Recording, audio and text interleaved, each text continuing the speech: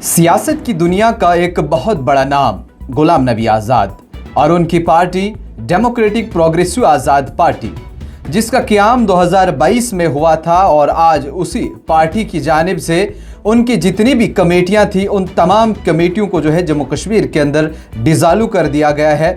यानी कि चाहे वो ब्लॉक लेवल पर हो, तहसील लेवल पर हो, या फिर डिस्ट्रिक्ट लेवल पर हो, या फिर स्टेट लेवल के हो, तमाम तर कमेटियों को आज डिज़ालू कर दिया गया और किसी के पास कोई भी इख्तियारात नहीं रहे कि वो डेमोक्रेटिक प्रोग्रेसिव आज़ाद पार्टी के लिए वो लोग कुछ काम कर सकें।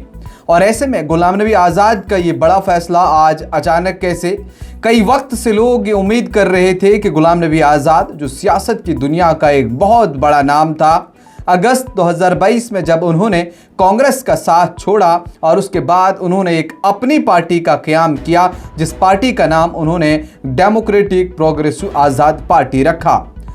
शुरुआती दिनों में तो गुलाम नबी आज़ाद का साथ बहुत सारे लोगों ने दिया, काफ़ी लीडर्स उनके साथ रहे।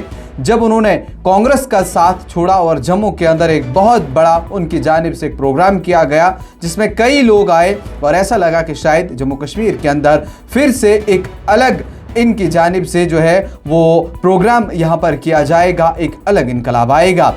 लेकिन वक्त आगे बढ़ता गया और गुलाम नबी आज़ाद का साथ लोगों ने छोड़ दिया।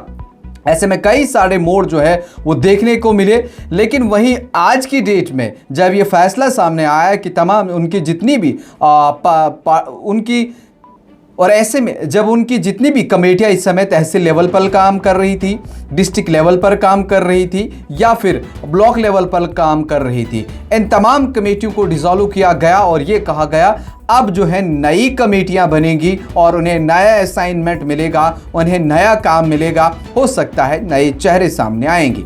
लेकिन ऐसे में कई लोगों ने यह भी कहा कि शायद गुलाम नबी आज़ाद जो है वो घर वापसी कर रहे हैं, वो वापस कांग्रेस में जा रहे हैं। लेकिन ऐसा उनकी जानिब से अभी फ़िलहाल नहीं कहा गया है, कोई भी स्टेटमेंट जो है गुलाम नबी आज़ाद की ओर से नहीं आया है। अलबत्ता इतना कहा गया है कि जो हमारी पुरानी कमेटियां थी उनको डिसॉल्व किया गया है और नई तरकीब सोची जाएगी जिससे जम्मू कश्मीर में वो लोग आगे काम कर सकें। क्योंकि इस हवाले से हमने देखा कि जब डेमोक्रेटिक प्रोग्रेसिव आज़ाद पार्टी ने जम्मू कश्मीर के अंदर काम करना शुरू कर दिया, जब यहाँ पर साल 2024 में लोकसभा के इंतखाबात हुए, तो उसमें भी अपनी किस्मत का सिक्का आजमाने के लिए डेमोक्रेटिक प्रोग्रेसिव आज़ाद पार्टी ने भी कदम रखा। लेकिन उसका नतीजा, उसका रिजल्ट जो है वो ज़ीरो आया और यहाँ पर भी करारी हार जो है वो इनको देखने को मिली। लेकिन इसी तरह से कारवां आगे बढ़ता गया और उसके बाद जब यहाँ पर असेंबली के इंतखाबात हुए, उसमें भी डेमोक्रेटिक प्रोग्रेसिव आज़ाद पार्टी यानी कि गुलाम नबी आज़ाद की पार्टी ने हिस्सा लिया। कई उनके जो है वो उम्मीदवार मैदान में उतरे कैंपेन के लिए, खुद गुलाम नबी आज़ाद उनके साथ निकले, लेकिन वहाँ पर भी नतीजा वही आया और कहीं पर भी खाता खोलने से ये रह गई। और ऐसे में एक बड़ा चैलेंज जो है वो इस डेमोक्रेटिक प्रोग्रेसिव आज़ाद पार्टी के लिए बना, उसके उन लोगों के लिए बना जो लोग इसके साथ उस समय वाबस्ता थे। लेकिन आज की इस जब इन्होंने इसको डिसॉल्व किया तमाम कमेटियों को, कई सारे सवाल जो हैं वो अब खड़े हुए कि हो सकता है वो वापसी करें या उनके लीडर्स जो हैं वो वापस चले जाएं।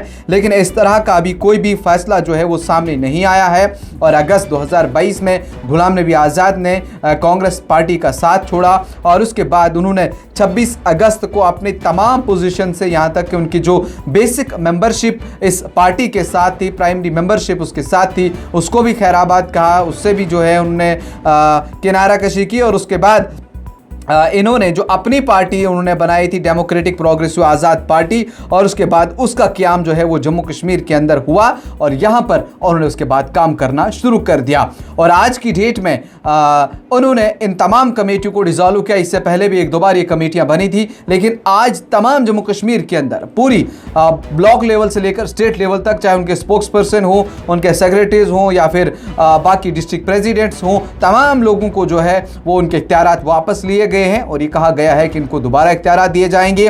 किस तरह से आप इस डेमोक्रेटिक प्रोग्रेसिव आज़ाद पार्टी के कामकाज को देखते हैं? गुलाम नबी आज़ाद ने कांग्रेस पार्टी का दामन छोड़ा, अपनी पार्टी बनाई और दोनों जो उन्हें मौका मिला लोकसभा इंतखाबात का, अपने नुमाइंदे उतारे और उसके बाद उन्होंने असेंबली इंतखाबात में भी अपने उम्मीदवारों को उतारा, लेकिन दोनों जगह पे करारी हार का सामना करना पड़ा। आपकी क्या कुछ राय है? कमेंट सेक्शन में ज़रूर बताइए।